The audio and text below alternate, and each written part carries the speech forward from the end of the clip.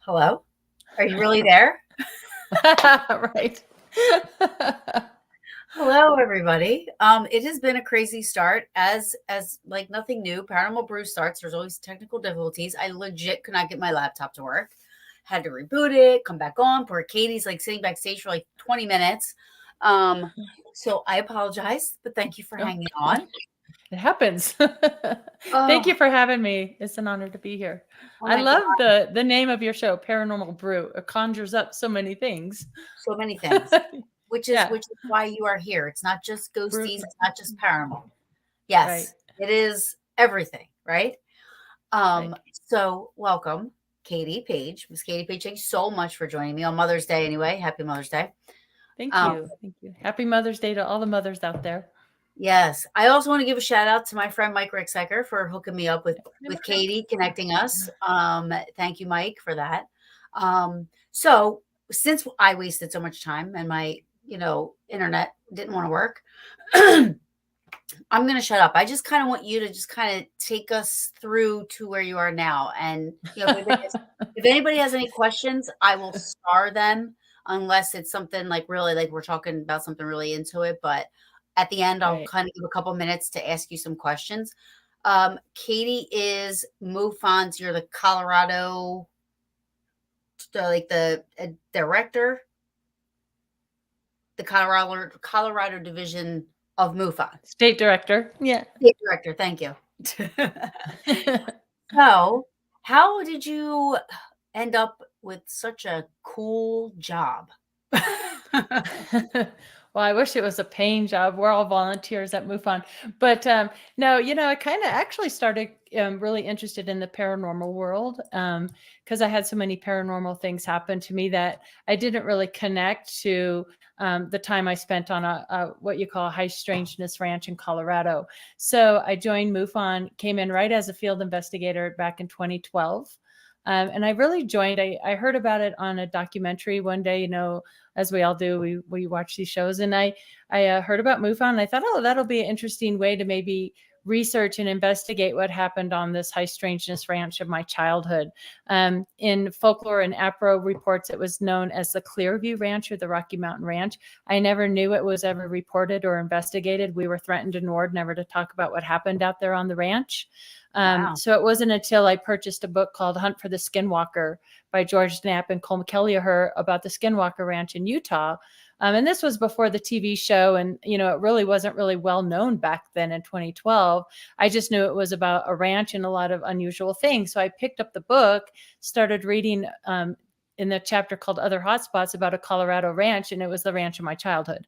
So that's where I learned that it was initially investigated and everything. So for the last 10 years, I've been really digging in on what happened out there, what was going on out there. And it included all sorts of high strangeness things, from Sasquatch sightings to orbs to UFO craft to unmarked helicopters to UFO crafts. And the biggest thing at the time was the cattle mutilations, which is kind of amping up right now as we speak. Again, they're being reported in the news again.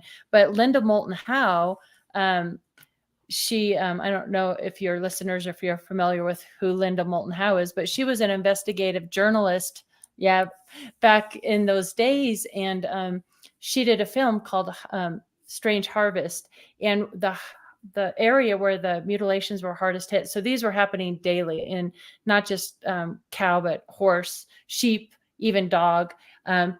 people were scared. They were on edge, arming themselves with shotguns. I mean, this was crazy. So, it was just a really strange time. And like I said, my older sister, my mom and I, we really didn't know anybody else knew anything about it until I purchased that book. And I was just like, holy cow, you got to be kidding me. Yeah. And it's been validation after validation after validation since then. It's just been an amazing journey. It's crazy to me how they wrote a book without ever talking to the family that lived there. Well, right. Well, the actual location was never known. Because the people of the town back, when all this happened, they didn't want the area to be known. They didn't want people, showing up in their vehicles, whatever. So nobody knew the true location of the ranch until I kind of came out with my big mouth and it's in Elbert County, Colorado. And, what was really cool is, in learning about, going to Dr. Leo Sprinkle. Now, Dr. Leo Sprinkle, he's a PhD. He passed away in 2021.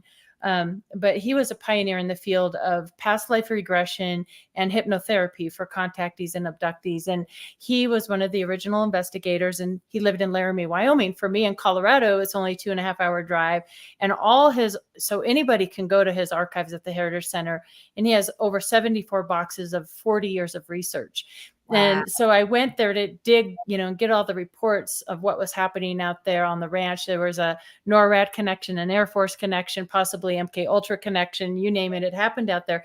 But what happened is I got lost in all these letters that people wrote to Dr. Sprinkle from around the world.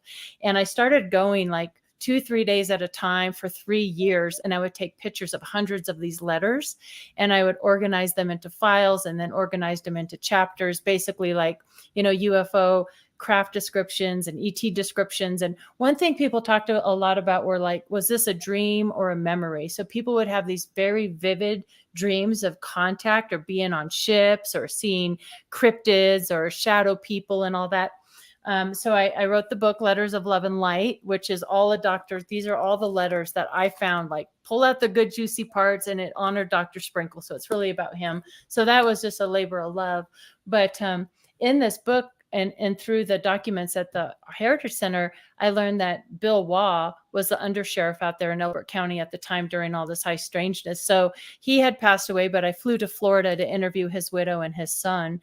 And I just, I learned so much about how widespread this phenomenon was, these mutilations and all that. So yeah, it's sad. Just, why do you think that occurs? Why is that one of the things that, like, why animals are like so, I mean, are they quote unquote easy targets, or are they because they're so they're innocent, they never do anything I mean, except scare people that live on these ranches and stuff, like, what is the purpose of that, do you think, in your research? Yeah, that is an excellent question. And, I that hasn't been my specialty, cattle mutilations. I kind of leave that to, Linda Moulton House kind of started in that. Chuck Zukowski is, really well known for that. And Christopher O'Brien wrote several books. But I can't say one of my witnesses and her family pioneered that area of this town in Elbert County. Is called Kiowa. And she moved to Wyoming. So I drove to Wyoming to do an interview with her. And she was telling me right out of high school. So this was around in that time when all these things were happening just daily, like crazy. Her husband was on horseback checking the cows for calves, came across a dead calf on the ground. It had 4 cuts in a perfect square with the top of the fur removed. He gets back on the horse, goes to the house, gets my witness. They go back in the pickup truck, which only took like 20 minutes. When they got back, that calf was completely mutilated, cauterized, organs removed, blood drained, no tracks around the calf, no helicopter sounds. They were miles off the county road. So I know in the little bit I know about the mutilations that some people believe maybe they were all military or humans doing it, or even cults were, considered. I think we can safely rule out cults for many, many reasons. I mean, these mutilations now have been going on for decades, and nobody's really found evidence of any person doing these, people doing this, right? So I don't know, really close to the ranch is the Titan missile silos. So I don't know if they, I don't know if there are man doing, if they were testing the water, or perhaps mad cow disease, or taking the blood. But what's interesting, I'm like, why don't they take the prime rib? Why don't they take the good parts? Yeah. Unusual things, bugs don't go near it. Wild animals or predators don't go near these carcasses, where typically they would. And my witness from Wyoming were on Facebook, and she's like, hey, Katie, you're not going to believe this. I found the pictures from the actual thing. So she had the picture of the calf that was cauterized and then she had a picture of a calf where a coyote jumps out on the hind end and just will tear. And coyotes will eat these calves and cows alive. So, she actually had the photograph. So there's just, that's the high strangest thing. And another interesting thing about these mutilations too, there were all these unmarked helicopters. There's a really good research publication called The Choppers and the Choppers. And these unmarked helicopters would chase and menace like young kids on these ranches. There were newspaper articles written about it. And you're like, what is that all about? Why would they do that? And when I interviewed or talked with Richard Doty about that, he said it could possibly be a diversion, maybe from the military. So multiple things going on at this property, So do you find the people that experience and live in these areas, phenomena follows them? Like you said, this woman had moved to Wyoming. Did things follow her? Maybe not the same things, but similar things, or? Yeah, Taryn, you bring up a good point. Like I said, I've always had paranormal things happen to me my whole life, my family, at the house. And so we didn't live on the ranch full time. My mom was dating the gentleman that owned the ranch. So his two younger sons lived with us during the week, about 45 minutes away from the ranch property. And we would go back and forth and bring the boys back or spend the weekends or whatever. And I was having all sorts of activity at my house, which is 45 minutes away from the ranch, meaning shadow figures, often in twos and threes, either inside the doorway, near the closet, near my bed. These blue orbs were seen, just paranormal things, footsteps up the stairs, and I always compartmentalize those different phenomenon. I never connected all of them together. And it really wasn't until skinwalkers at the Pentagon when I heard that other high strangeness locations, or people that interact with this phenomenon, will have these kind of events kind of follow them along as if you're connected into something else, Yeah. So I don't know what that's all about. Yeah. I mean, I think it's crazy. I mean, I don't know if you've ever heard of Justin Bamforth. No, I haven't. So it's called paranormal.org, and he researches Men in Black stories. Men in Black, any type of, you say high strangeness, and that's what reminds me of Justin. I love him. I've had him on about 4 or 5 times. He's very smart. And after talking to him, he's always said at all my shows, he's like, don't be surprised if, things happen, because, after I've talked to people and stuff like that, people, and after that, I've never in my life ever saw anything that didn't make sense to me, or like maybe paranormal unknown, and I couldn't explain, but it still went towards the ghosty side of things, where this was like, what the heck was that? I never saw anything like that. I didn't have time to be scared. It didn't even feel like we were in the same plane, like the same dimension. Like there was no. Yeah.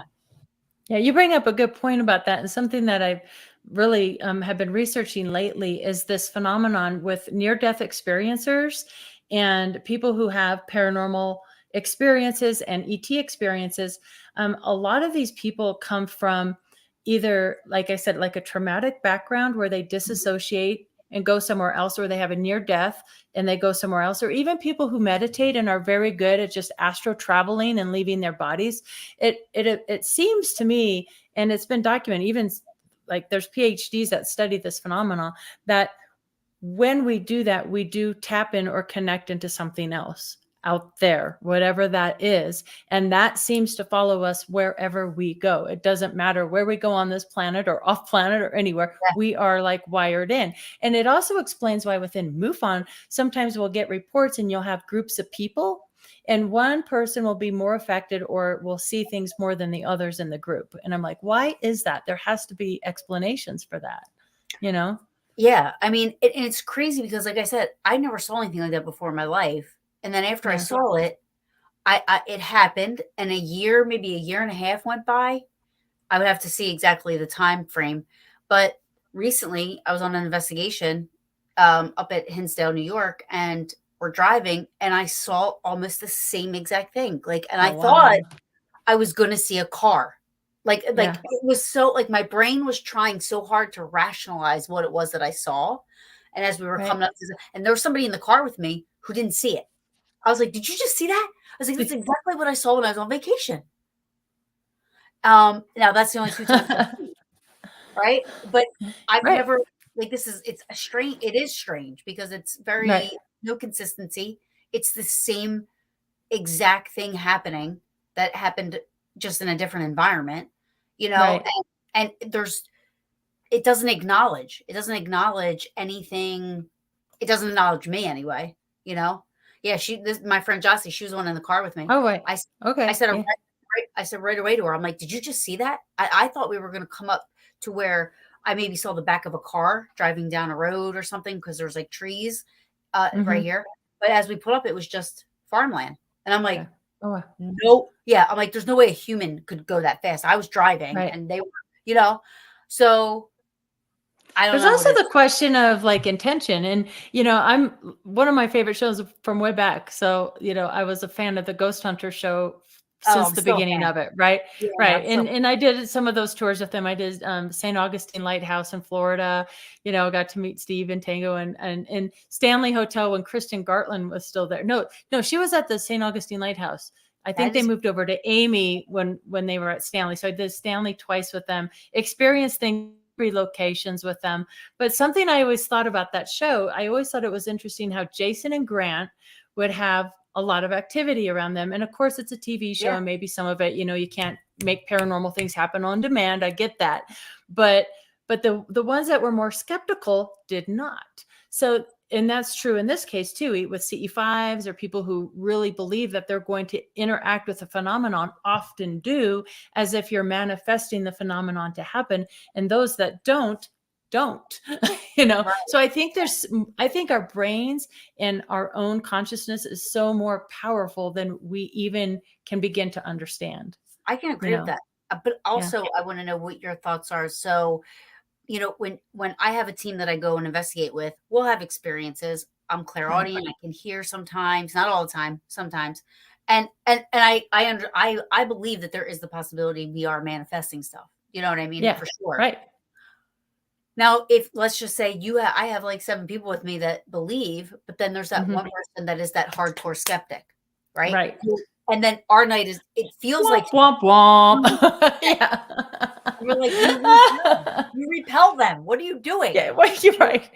Get I out. mean, No.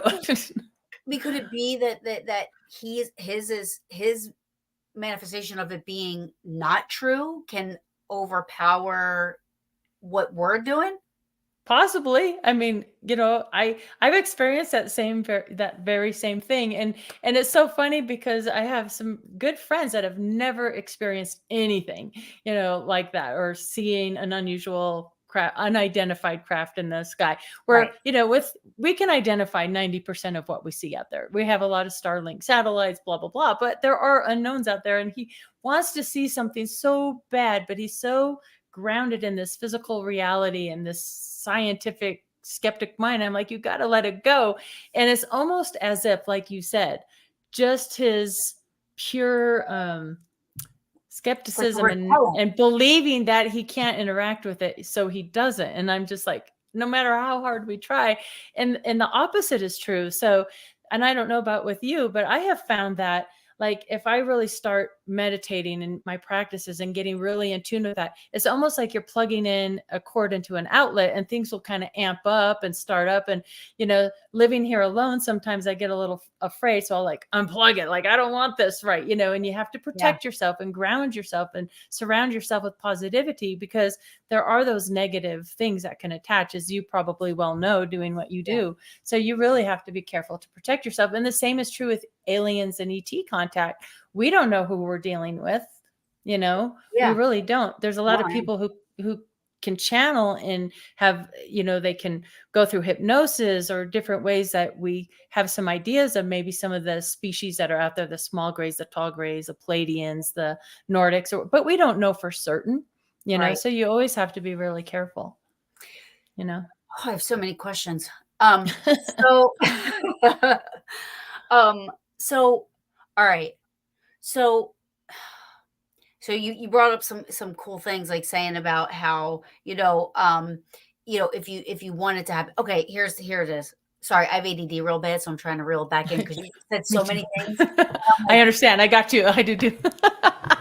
So I like thank speaking God. to the Um, so for me, okay, I'm paranormal investigator for ghosts. I don't do Bigfoots, I don't do cryptids, Right. and I've investigated Bigfoot once. I went with somebody that does it already, but for me, it's mostly paranormal, ghosty stuff. I don't want to say paranormal Mhm. because for me, paranormal is the whole umbrella, the whole Runs. Right. enchilada. Right.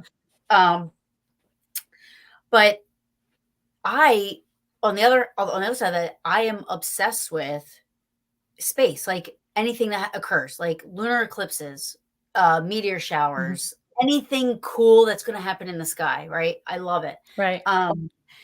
So I spend a lot of time looking at the sky. I personally, that I know of, have never had an experience with an unidentified flying object in the sky that could possibly be what we would label a UFO or a space, an alien or whatever.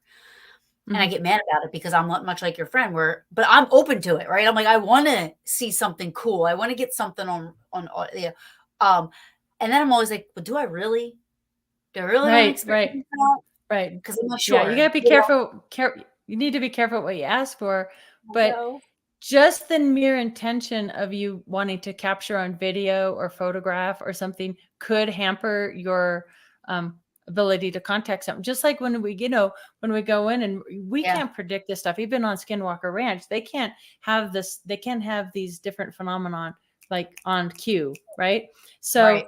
if you want, I mean, just this is would be my advice for you. Like on a nice summer day this summer, go out there with the intention to see something, just a wink. Let me know you're there. And you can do Yeah, it mentally, just in your mind or out loud.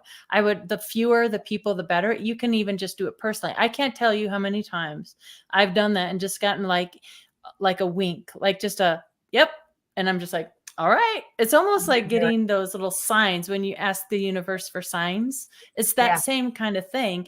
And I never report it because like, okay, what was that? It could be a iridium flare. It could be a tumbling satellite. I don't know, but it's happened so often when I ask for it to happen that it doesn't seem like it would make sense that every time that happens, I would just get and most of the iridiums have been decommissioned anyway, but it's just odd how that happens. So you don't need to pay big bucks. You don't need to go through all these protocols. You should just go out there and say, hey, I want to know you're there. Let me know you're there. And you'll be surprised. yeah, Oftentimes they'll just get a like, yep, hello. yeah. I think I'm going to do that. I'm going to try it because Yeah, try it and let me know if you I have don't. success. Yeah, I don't want it to get too close. I just want to be like, oh, that was cool, Yeah, because yeah, and you could tell them that. Just stay way up there and just give me a boom. yeah, yeah. So, do you find that once you started got involved with MUFON, the less ghosty stuff was happening and the more, or No, no. It no? was almost no, no. It was almost as if like it would ebb and flow through. Like if I got because this was such a personal thing for me, having experiences on that ranch. Right. It was like this weird process of the data and the research. I do like data and research. I think that's an important part of everything all of us do to figure out how and why this is happening. Hmm. But also I had to process that little girl in me that was frightened, right, of these different things. And so it was as if when I was in that kind of researchy mode, things would calm down. But if I got more into the where I really went within and did like meditations and started reading and all that and kind of going out and actively investigating, then it would amp up again. That's where it came. I'm like, somehow I'm affecting what's happening. Just like I think with ghost hunting, the people that are there affect the phenomenon. For sure. I I see it agree. all the time. Yeah. Yeah, yeah, I totally agree. And like I just, what would you say would be the most profound experience that you had that you want to share or you can share. I know Yeah. you said Yeah. that some of Right. them you keep personal and private, which I totally respect, but something that you want to share that you want to say, you say like, wow, Yeah, like, well, what was cool, like I said, once I went to Dr. Sprinkles and I got like me and my sister even came up with like a little like pig Latin almost language because we talked to each other about what was happening because we were told not to talk about this. yeah, And so John Schuessler, who's one of the founding fathers of MUFON, gave me the original briefing document from the APRO report of everything that was investigated on this ranch. wow, That's what this is. And in here was the exact quote from the adults at the time. This was a long time ago. And it was this voice, this disembodied voice. So we were out there. It was the boys' mother's birthday. It was a weekend night, either a Friday or Saturday night. This was so many years ago. I don't know exactly, but it had to have been a weekend night, right? And the adults were playing board games in the front room of the ranch house. And this is a 60-acre ranch. And one of the first things reported out there were these strange humming noises and these bangs underground. And anytime this humming noise would start up, something unusual would happen. They had Sasquatch sightings out there as well. But so this humming noise started up. And as that's happening, all the lights in the house go out and it's completely dark. At that time, the brightest light, brighter than the sun, I would describe it, out of the boys' bedroom window was there. And then I would say it was maybe 30 seconds gone. No helicopter sounds. No, it was silent. It was just a bright, bright light. At that point, all the lights out, that flash, hum, all of a sudden it sounded like it came out of every orifice in the house. And it was this electrical sounding voice. And it basically said, we have allowed you to remain. Your friends will be instructed to remain silent concerning us. Da, da, da, da. It was terrifying. Now, I don't know if that was a military staging that, but my thought on that is that property sat vacant for 10 years. Okay. If they wanted to purchase the property, they could have just bought the property, but they did not. And in researching the provenance of the property itself, I found an article about Mulligan, and there's a ski run at Winter Park Ski Resort. It's a difficult ski run. It's called the Mulligan's Mile. And there was an article on the internet about Dick Mulligan, who was born and raised on that very property. And his claim to fame was he had the gift of bold exaggeration. And I'm kind of laughing to myself going, oh, no, Dick was not exaggerating. He was telling people what was happening on the ranch and nobody believed him kind of thing. wow. But when my mom, my sister and I drove from that night with that voice, we have allowed you to remain. I walked in the front house and I dropped to the floor and I was like paralyzed for a few minutes. My mom and my sister were like, what did you eat? And I couldn't speak. I was trying to say peanut butter and jelly sandwiches and I couldn't. And went upstairs after a few minutes after I came to and had my first full-blown migraine at that time. And I got severe migraines like weekly after that experience on that ranch. So I don't know what happened there. I had to go through biofeedback training for like a year to finally get control of those migraine headaches. But there's just been so many confirmations. The craziest thing though, and I don't know, oh shoot, you know what? I have a picture of the Sasquatch. This was one of the original drawings seen out there on the property at the time. And what's interesting, I had another gentleman named Bob Solis that was interviewing people that had UFO orb sightings out at near in Montana. And the drawing of their beings were almost identical to this one. But there were two types of beings that were thought to be on that ranch property. And I don't think I have. Well, hold on. Let me see if I have one of their drawings in here. It's funny you say that electrical voice thing, because that's one of the things that I had Justin on the first time, that he interviewed somebody named Gary Sudbrink, and Gary Sudbrink received a series of 3 or 4 phone calls in a 2-day period. The first 3 came the first night, and then he got one more, and he was talking to him. When I listened, and it's on his webpage, but when I listened to, I also had Gary on then after that. I had to beg him back on because he didn't want to talk about it. I had to beg him. But the way it talked, it was almost like I was listening to it, and I'm like, I feel like I shouldn't be listening to this, but I can't stop listening to it. I tried to recreate it to the best of my ability in my presentation. And, I'll be speaking next weekend here in Cripple Creek at the Pikes Peak Paranormal Conference, which is going to be awesome because there's going to be people from the paranormal world, the Bigfoot world, Yeah, I think I heard and of the that. UFO Yeah. world. Yeah, so I'm looking forward to that. And then also in Contact in the Desert, but I try to recreate that too. But you're right, it has this I don't know, this sense of like something's really off. And that was Yeah. another part of the phenomenon that lasted, I'm talking decades, until I was in my probably mid 40s, of this feeling of being watched all the time and monitored. That Mhm. never left until I was much older. And the people living there now claim that they have that all the time as well, especially the daughter. Really? And she's encountered the shadow beings in her room as well. And she was born and raised on this property now, so it is occupied.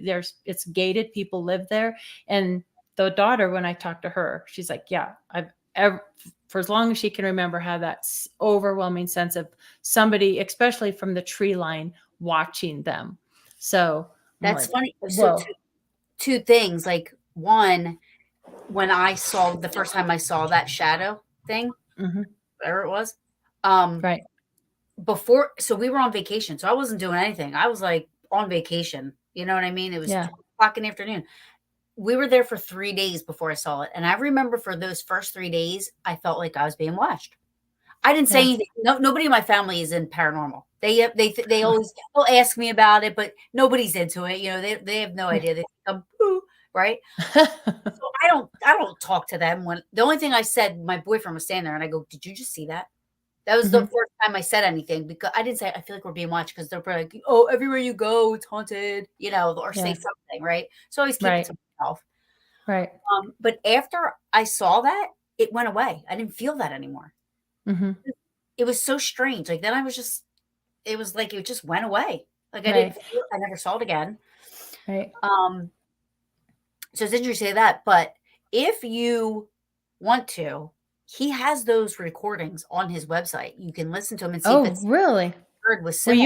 Will you send me Yes, the link to that? And yeah, I would absolutely. love to listen to that, because the other thing that was reported out there that I witnessed in the day, and then to get validation through the reports and other witnesses, is these weird, strange disappearing boxes. And I never talked about that either, because I'm like, that sounds so strange. But when the undersheriff and his posse sheriff encounter the boxes, and they even said they appeared to go into the ground, they made these strange bee like electrical noises. I saw it in the tree line in the daytime, and it was there. And then you look and it wasn't there. There were also two types of ET spotted, one like Nordic type, the others were really strange looking. So this was the coolest thing for me.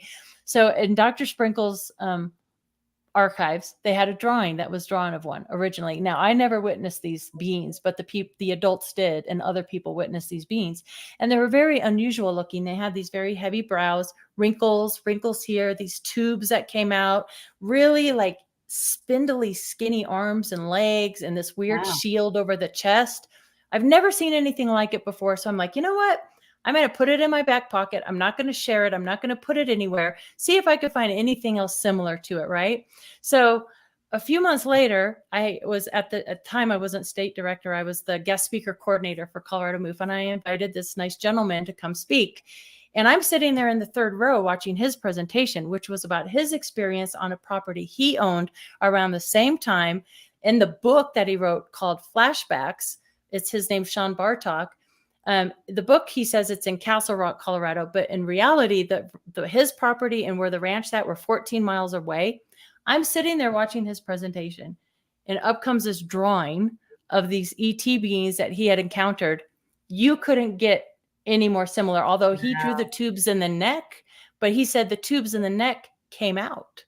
And so there Oh, was a second drawing where the tubes were out, but the heavy brow, similar. the wrinkles, the same kind of Everything. size eyes, everything. And I'm thinking, what are the chances of that around the same time, Yeah. 14 miles apart, almost identical types of beings being spotted? And they seemed very AI mechanical type. So I don't know if they are the ones with the box. And one time I spoke at a conference in Laughlin, I had this lady come up to me and she goes, you know, did you ever think maybe these boxes were like emitting some sort of frequency or sound, which they did do a sound that controlled the cattle? Because some of the reports with the cattle is where where the mutilations were happening, these cattle would all huddle together and be really calm.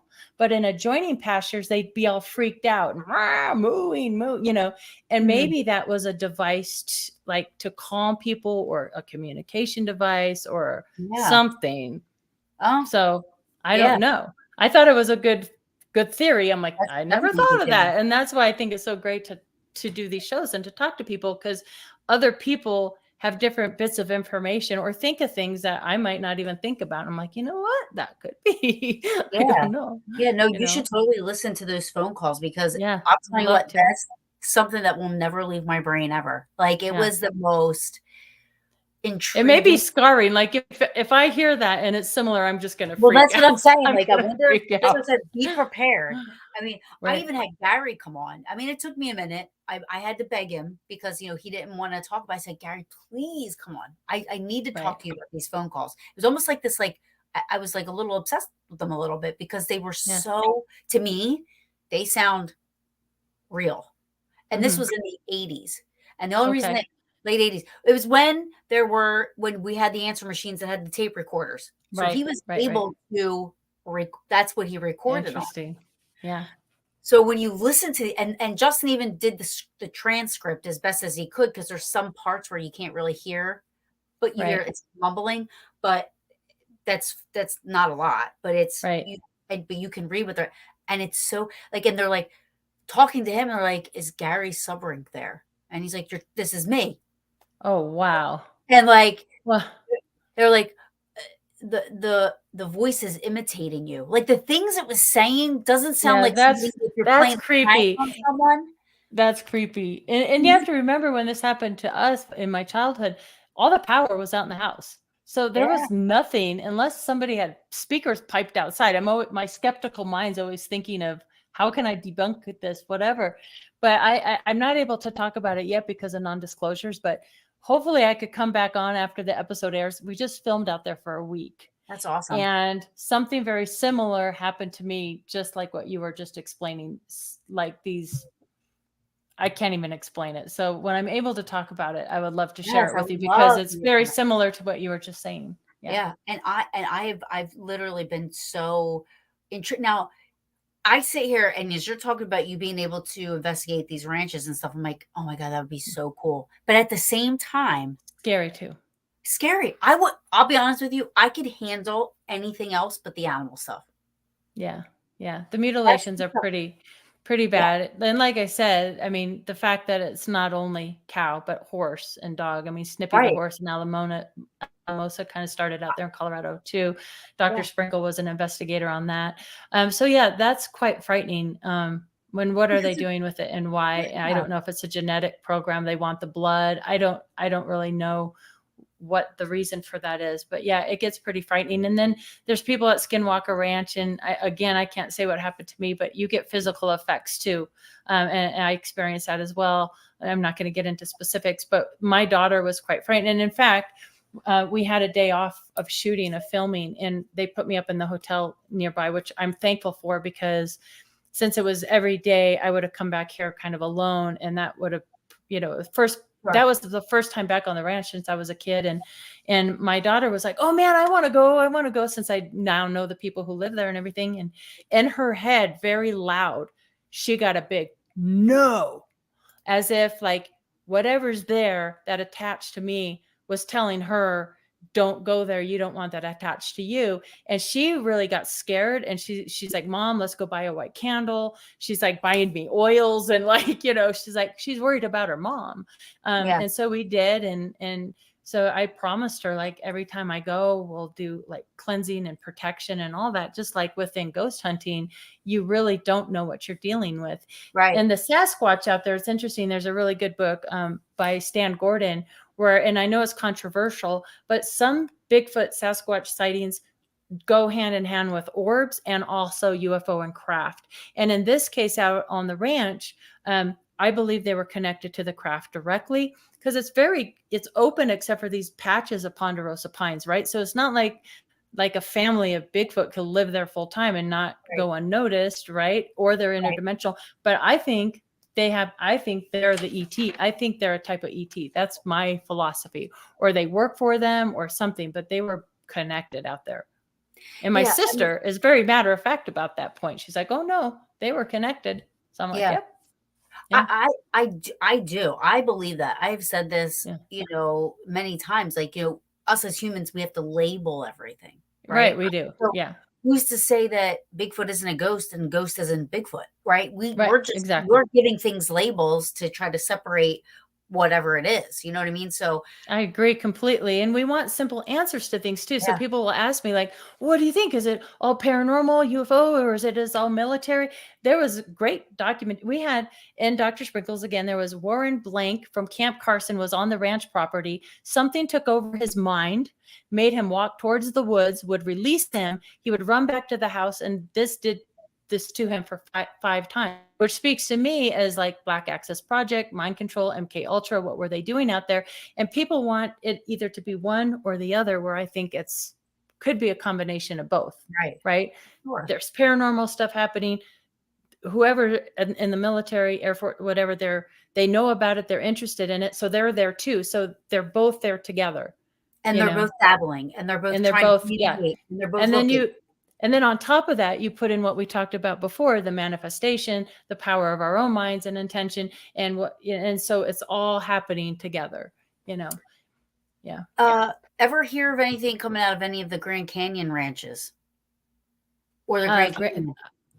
I don't know, familiar with anything out of the Grand Canyon, but I do know, like, looking at the different ranches like Trey Hudson's down south and Marley Woods in Missouri, there was a great case within the MUFON files in Ohiopyle, Pennsylvania. So, of course, Skinwalker Ranch and Blind Frog Ranch and Bradshaw Ranch. There's these different places, not only in the United States, but around the world. And I believe me and Mike talked to each other about this. They're all very highly magnetic areas. Which is interesting to me. And then you throw in David Pilates. Just recently, he talked about these aquifers and water underground. And even like with ghost hunting and paranormal, where you're at the Stanley Hotel and you have water nearby, you have limestone and granite and different types of minerals. And then you add the magnetism on top of that and the water on top of that. Is that a brew? Is that a paranormal brew? Is that a brew? Yeah, is a brew. I like it. I like how you work that in there. So okay. So the ranches, are they much like a triangle? They have things in common, right? And now since David Pilates mentioned that, I'm like, oh, I got to learn about aquifers. I don't know much about aquifers other than, because I'm thinking like they're rivers and lakes under the ground, but they're actually not. It's like dirt and rock and water's in there, right? And there's just a lot of water under the ground. And they, like, where the ranch is, there's actually two, and right where the ranch property sits, there's like two major aquifers that come together, which is interesting. It's like right on the line. So, I'm not sure how all that interacts and plays in. I'm just thinking these are pieces of the puzzle to really start looking at these different places, It's so interesting. I mean, okay, so let me ask a question. So if I were to experience something, right, and the first people I go to is a paranormal group because I don't know what I'm dealing with. Mm-hmm. And then if they do things the right way, come to the conclusion like, okay, this is out of our spect of, we may believe that this should go to MUFON. Mm-hmm. At what point do you guys actually accept a case? Like, I mean, right. MUFON has their ERT team, and they deal with contactees and abductees, and they keep things super confidential. I don't even have eyes on that. I mean, because when you're dealing with something like that, contact, and you're right, it's hard. People have asked, how do you know, shadow figures are connected to the ranch and ETs, or how do you even know Hatman or Shadow Man are connected to ETs? And I really don't know the answers to that. But I can tell you, my father's passed away, my brother's passed away, and I've had people who I believe, my dad's third wife, Midge, for example, we lived in a pretty haunted house, and I believe that to be Midge, right? I mean, we saw her apparition, everything. So I've had like human ghost encounters that that's dad or that's Midge or whatever. But Sure. these feel very different because they often come in 2s and 3s. They're often taller. They're more darker, shadowy. They don't necessarily feel positive to me. Mm-hmm. Especially when I was little, it's that whole under the covers, don't move kind of thing, Yes. that Yeah. whole Yeah. thing. Yeah. Yeah. Yeah. So to me, that's how you can tell the difference. But you're right. They can report to ERT team within MUFON if they believe it's ET related. There's other different tell signs like missing time. Often they have that. Different. There's a whole checklist that you will fill out, and the ERT team members actually look for commonalities between experiencers and contactees. Oftentimes, ET contact runs in families as well. I have noticed a strong military family connection with contactees and abductees. Yes. They don't necessarily, like, let's say I might not be in the Navy, but my grandfather and my father were in the Navy. And Mm-hmm. I see that over and over and over again. And we do know ET is interested in what we're doing with our weapons in our military. They go over nuclear bases, they've shut them down. So they are interested in what we're doing. It would make sense to me that then they would connect with those families and go, like, what are these people doing? Why are Yeah. they building these weapons? Why, Yeah. So Yeah. I mean, well, the yeah. military is obviously interested in them too. You Oh, know what I right. mean? Yeah, yeah, So yeah, yeah, they're yeah. trying to figure each other out. You know? Exactly. Right. So I mean, if you're putting that you want to contact, Mm-hmm. you know, and who knows, And I maybe don't recommend that, by the way. no, no, no. I'm And I good. know so many people report, and Heidi Hollis and I have had this conversation a couple times, where it will start out very frightening for a lot of people, but it'll turn into and transform into something very positive and spiritual. And in my Mhm. case, that kind of happened too, right? I feel like I'm not very religious, but I'm very spiritual and into a Yeah. lot of that, Yeah. frequency, vibration, all that stuff. And that's a very common theme. Another very common theme I see, there's a lot of, and it makes sense to me because I think a lot of people who are artists or musicians or even scientists that are, building things, they seem to be really open-minded and open-minded people, creative people. So there's that argument like, well, the creative people are just imagining these things in their head because they're creative. But the Right. other argument is maybe who's ever interacting with us likes those kind of people because they are accepting and open-minded and creative. So it's, you can look at it either way. Yeah. Yeah. So what I wanted to ask you, what do you think of like fire in the sky? You Mhm. know, I know Travis personally. Stanley. Yeah. Yeah. Yeah. What do you 1975, Travis Walton. When I first met Travis, the word I used to best describe him, I thought he was a haunted man. Like, you can tell. yes, through the years, he changed in the fact that he now believes that the reason they took him on board was to heal him, to bring him back. So again, it started out a much different, Trauma. frightening Yeah. experience for him.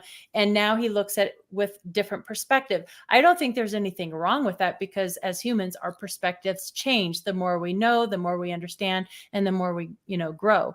So Absolutely. I think absolutely something happened to Travis Walton out Oh, there. me too. And the year 1975, it just, Yeah. yeah.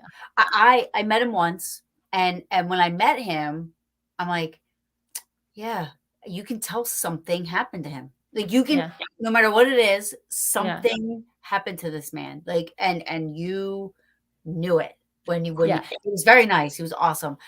Yeah, Very, he's awesome, and it affected his whole life, and I'm sure there's years of his life that he wished he never went public or this never happened to him because he can't get away from it, you know? So yeah, it's a blessing and a curse all at the same time right, because once this happens to you, it changes your whole paradigm of reality.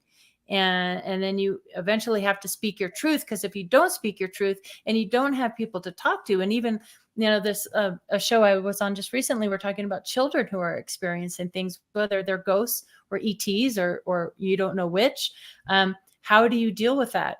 First thing you do is you don't shut them down. but you also don't feed them information. Like you let them draw pictures, you let them tell their stories, but you don't go, oh yeah, that's the ghost of Uncle George, or Yeah, that's an ET from the Pleiades. You know, you don't right. do that, but you let them express. And I know for me, it was don't talk about it. You know, that's your overactive imagination. That's and that's so damaging, right? So it's so important to be able to communicate and talk with others. But when you do that, like Travis, you're going to be ridiculed. You're going to be, oh my gosh, he's nuts. He's this, she's that, he's that.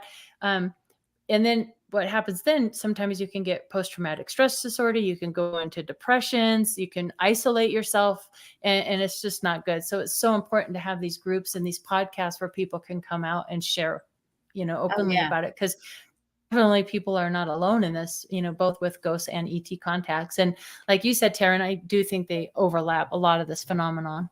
For sure. Yeah. So really quick, there are some Okay. comments and questions that I want to put Okay. up for you. Tell people that might not know what MUFON stands for. I mean, you guys are like, I would say you guys are like the CIA of paranormal investigation. Yeah, MUFON stands for the Mutual UFO Network, and they've been around, right? They always like to say we took over where Project Blue Book left off. So they've been around since 1969. They're a nonprofit. They're made of volunteers mostly. There's a few people at the top of the office or whatever, but and every state has their group. Some states bigger than others, and some states we have like, I think 15, 17, 18 states that need state directors and groups. I mean, Colorado, we have our meetings the second Saturday of every month, and we bring in speakers, and it's a place where people can just go and talk. And then we have our field investigators. You go through training for that, and reports will come in. You'll report it to MUFON. We'll assign a field investigator in that state. 90% of the time we'll tell you it's, Starlink or an airplane or a drone. Or I had a case one time and I was getting them. I'm like, getting these cases on Sunday, and there were these videos and they were pretty compelling. And you'd see these orange orbs kind of doing this motion down, down, and they're going down and they're going down. Well, I found out over, the Bronco games, they had the sky jumpers with the fire on their feet. So people were filming the little flames off their feet, and it does look like orbs coming down. So it's a fun thing to get into if you have that mentality that you want to investigate. Most of what we do is on the computer, on the laptop, where we're looking at flight radar, heavens above, stellarium, looking at planets. And, I know it's an old cliche, oh, it's just a planet Venus. But when you stare at a bright planet in the sky for so long, it'll start to oscillate, and it'll oh, it's moving. It's not. No, it's planet Venus. So we have our protocols that we check for all these things, and birds, bugs. Now with all the cell phones and our cameras and our our Ring doorbell cameras on our phone, you get all these insects flying by and all this stuff. So a lot of it's busy work like that, and we can solve a lot of it. But you do get some really compelling videos and photos and cases. And you make great people too. So it's I bet. Yeah.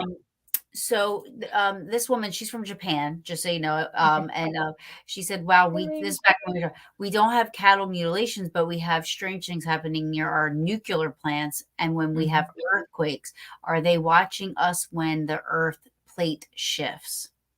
Irene, I agree with that completely. I mean, if they're interested in our military and our nuclear plants, they would all around the world, for sure, watching what we're going to do to each other, watching what we're doing to our planet. And there is a phenomenon called earthquake lights. One of the investigators out on the ranch was a seismologist, and he studied these orbs and lights. And we do, just like swamp gas kind of, there is electromagnetism around earthquakes and that will produce these balls of light, these energy balls, and they're called earthquake lights. And you can research what that is.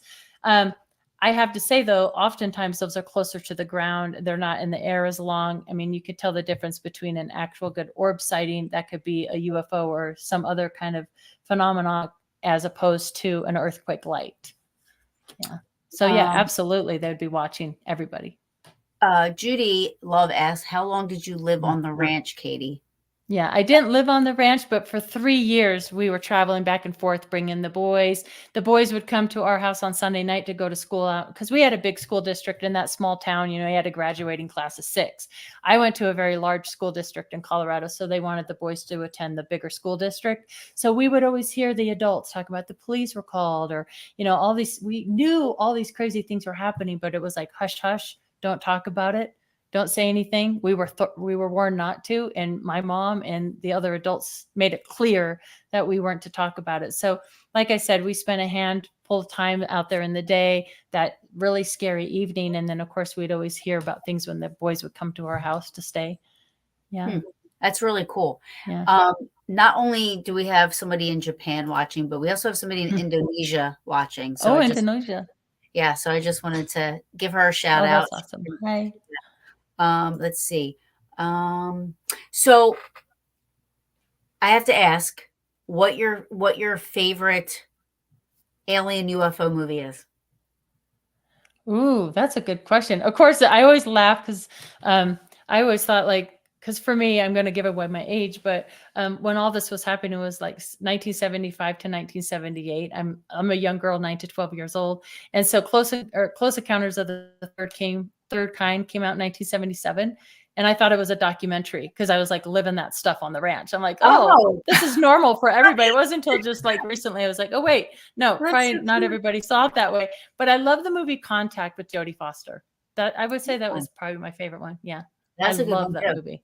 Yeah. I like that too. I'm always so hesitant with those kinds of movies because they can tend to be a little foo-foo, you know? Like Signs was good. I mean, I like Signs too.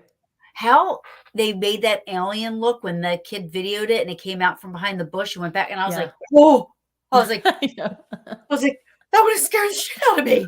Like, right. Yeah. Like that one scared my daughter to death too.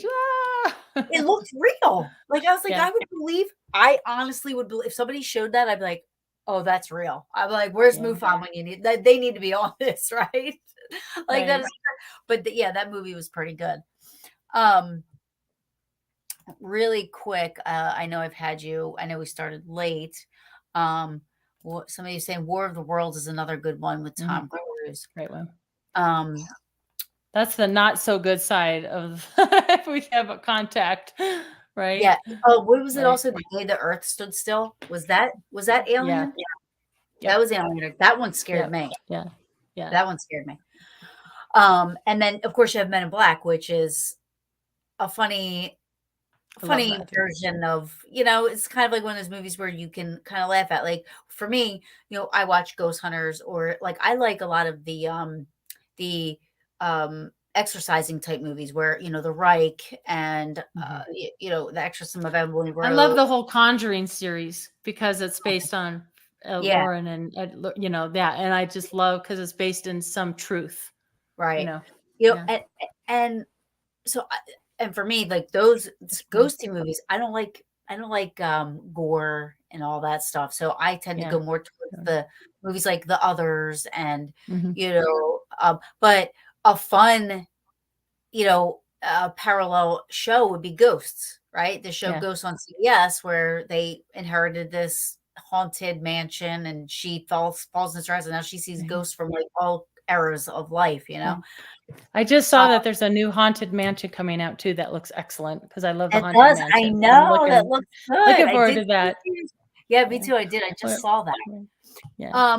Well, Taryn, I appreciate you having me on. If there's any more questions, I'd be happy, but I haven't eaten dinner yet, so I kind of I was going to say really quick before I let you go, just tell people where they can find you and what you have coming up, because I think you have a couple of things coming up. I do. Yeah. So people can find me at Katie, Katie, Paige, paige.net, just like it says there on my name tag there, katiepage.net. You can find my book on Amazon, Letters of Light and Love, about Dr. Sprinkle.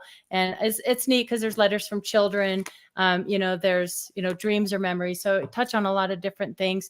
I will be speaking next weekend at the Pikes Peak Paranormal Conference. And then I'll be in California at Contact in the Desert, first weekend in June.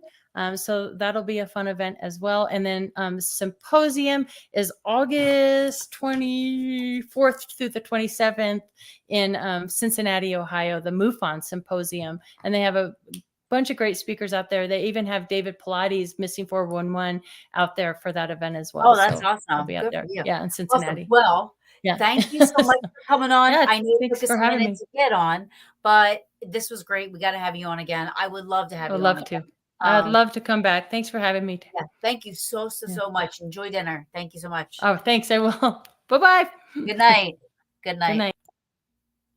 That was great. She's awesome. I was so honored to have somebody on, such as, as Katie. That was great. Please go, look her up, follow her. If you guys have any questions, she said you can contact her. But I want to thank everybody for joining us, everybody on Facebook, TikTok, YouTube.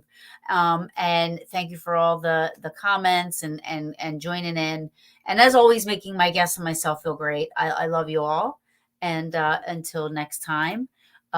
Wednesday, 8:30. I will see you guys then. Have a good night.